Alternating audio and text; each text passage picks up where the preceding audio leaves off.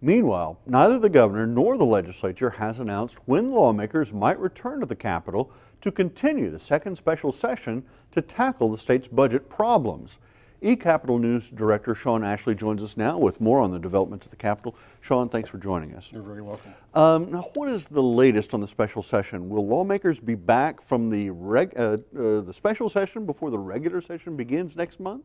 It's really hard to say. Back in December, Governor Fallin said that she hoped to call lawmakers back sometime around the middle of January to continue the second special session, particularly to deal with revenue-raising measures and with possible government reform proposals.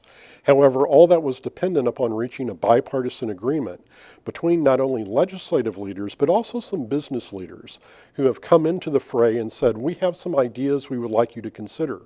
There were several meetings in December involving the legislature, the governor, and those business leaders, but no agreement was reached.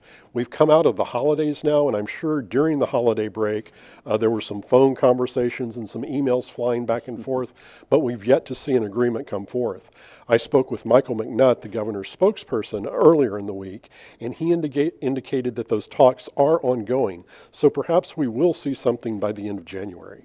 Now, the latest revenue figures show economic recovery is gaining momentum. How will that affect the negotiations at the Capitol? Well, back in December, the Board of Equalization was presented with a revenue estimate for the coming fiscal year that showed general revenue funds increasing some $400 million. The latest numbers from Treasurer Ken Miller seem consistent with what those numbers showed.